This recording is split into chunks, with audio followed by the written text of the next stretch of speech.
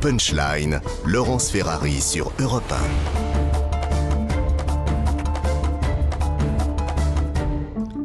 On se retrouve dans Punchline sur CNews et sur Europe 1 avec Jean-Claude Dacier, Prisca Thévenot de La République En Marche, Maître Golnadel, avocat, et Christian Proto, ancien préfet et ancien patron du GIGN. On va parler de cet homme qui a été interpellé à Montrouge la semaine dernière alors qu'il brandissait 2 couteaux devant l'Office français de l'immigration et de l'intégration. Eh bien, il a été relaxé des faits de menaces de mort qui lui étaient reprochés. On fait le point avec Clémence Barbier. Clémence. Près des locaux de l'Office français de l'immigration à Montrouge, un homme en gilet jaune s'agite. Il tient dans ses mains 2 couteaux, puis tente de poignarder les forces de l'ordre. Quelques secondes plus tard, l'homme est neutralisé. Il a été jugé en comparution immédiate au tribunal de Nanterre, mais sa peine fait réagir. L'individu bangladais est relaxé pour les faits de menaces de mort qui lui sont reprochés. Une décision incompréhensible pour Mathieu Vallet, du syndicat indépendant des commissaires de police. Cette situation, elle n'est pas banale pour nous et elle aurait nécessité une peine beaucoup plus ferme.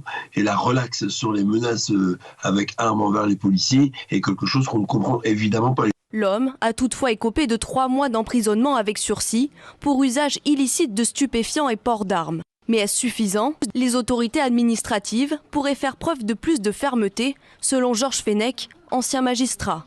On peut s'étonner aussi qu'il n'y ait pas une mesure administrative à l'issue de l'audience, puisqu'il s'agit d'un ressortissant étranger débouté d'asile, et même s'il a fait appel de cette décision de débouté d'asile, le ministre de l'Intérieur, le préfet, ont la possibilité, en urgence absolue, d'expulser cet individu qui présente manifestement une menace pour l'ordre public.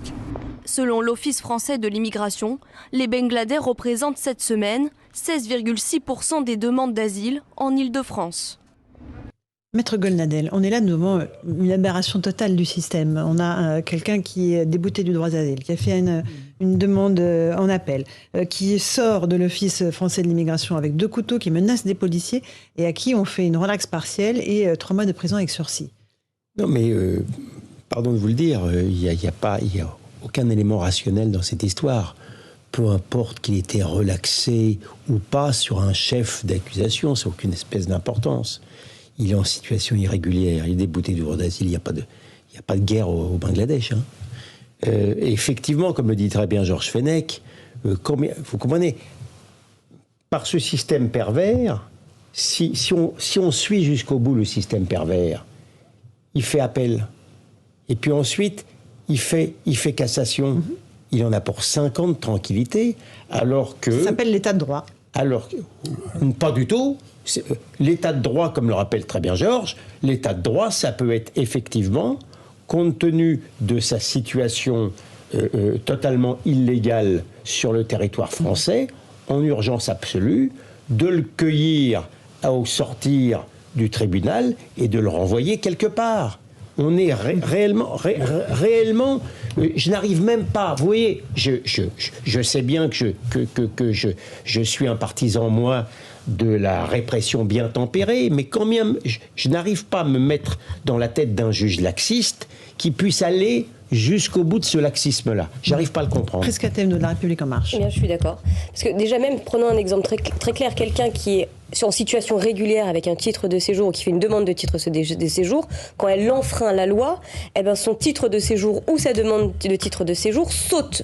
Donc là, en l'occurrence, on est vis-à-vis de quelqu'un qui n'est pas en autorisation d'être sur le territoire, qui s'est fait débouter de son droit, donc qui brandit 2 couteaux face à des policiers. Et donc effectivement, qui en plus montre et se fait arrêter pour ça parce qu'il ne respecte pas la loi, se retrouve extrêmement menaçant.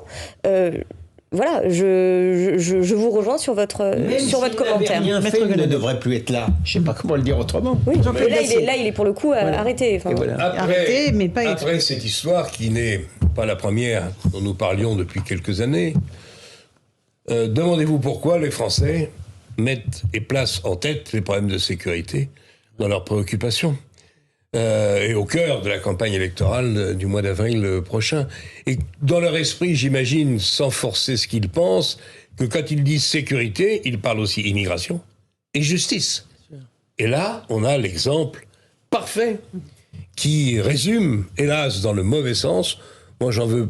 En plus de ça, il va y avoir un problème psychiatrique Donc je veux dire, non, parce vous que vous rendez compte? Le non médecin l'a ausculté, a priori, l'a déclaré en pleine capacité Tant pendant mieux sa pour garde ce à vue. garçon. Mais il aurait dû être mis dans l'avion le lendemain et renvoyé au Bangladesh ou mis dans un centre de sécurité fermé, négociation avec les Bangladais et retour au pays. Et ça devrait être comme ça le cas de milliers et de milliers de gens qui n'ont rien à faire sur notre territoire.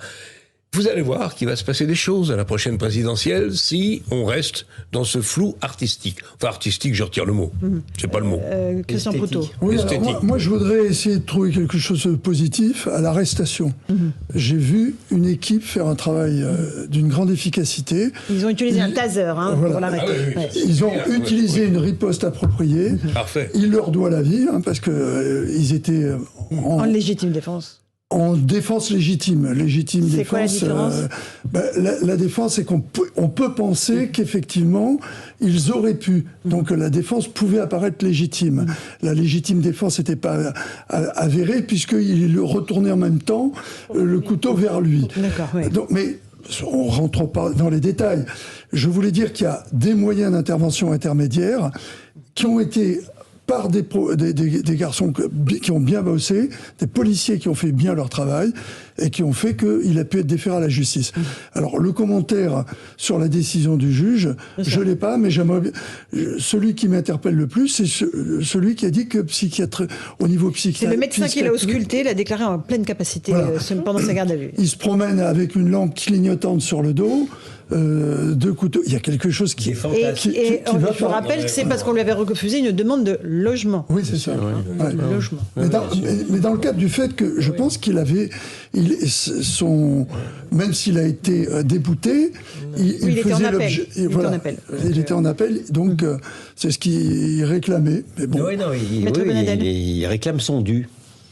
C'est-à-dire un logement. Un logement. Un logement, une Voilà, c'est allocation, voilà, et puis les soins de santé, évidemment, gratuits. Ça, c'est un des C'est bien. enjeux quand même de la présidentielle pour la République en Mais marche. ça coûte. Pascal Oui, mais Perriand. c'est pour ça, encore une fois, là, c'est c'est une actualité, effectivement, qu'il est importante de commenter et de montrer, mais ça ne résume pas l'ensemble de ce qui se passe sur le territoire sur ces sujets. Non. Parce que je le rappelle encore une fois, non mais attendez, je veux bien qu'on puisse dire que tout... Non, je suis d'accord avec vous. Allez-y, Prisca Thévenot, terminez, ce qu'il faut qu'on avance, on a un autre sujet à traiter. Non, attendez. Parce qu'effectivement, sur le sujet des déboutés du droit d'asile ou alors des personnes en situation irrégulière en France, effectivement, il y a le sujet des OQTF dont on a les obligations de quitter le territoire, dont on a énormément parlé, et justement le sujet des laissez-passer consulaires avec les pays qui doivent récupérer leurs ressortissants. Donc ça, c'est un premier sujet. Gérald Darmanin est à la manœuvre sur ces sujets-là. Ce n'est pas si facile que ça, sinon on serait bien évidemment tous en train de se dire que c'est génial et qu'on y arrive. Donc les sujets sont en cours.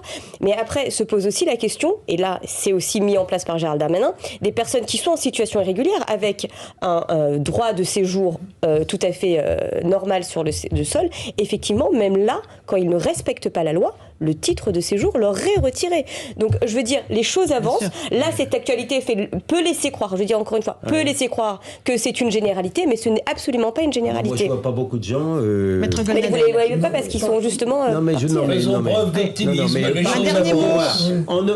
En Europe, l'Europe se conduit de manière lamentable pour expulser les gens qui ne devraient pas être là. Et parmi les pays européens qui se conduisent de manière vraiment lamentable, la France est dans le peloton de tête. Donc effectivement, je ne vois pas avancer beaucoup de choses. Non, je voudrais juste dire qu'il serait intéressant pour tout le monde, justement pour que le débat puisse être clair, d'avoir la motivation des juges.